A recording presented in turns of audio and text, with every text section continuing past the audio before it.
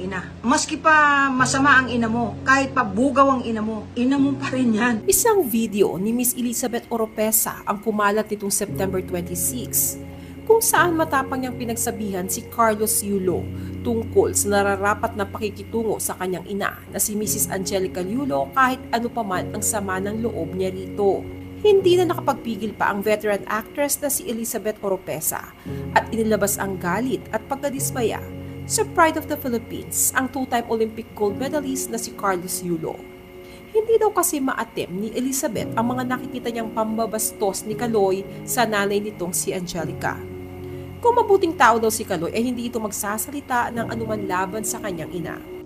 Kung mabuti kang tao, hindi ka magsasalita ng kung ano-ano dun sa babaeng pinanggalingan mo kaya ka nabuhay. Para sa gaya ni Elizabeth, kahit ano paman ang kasalanan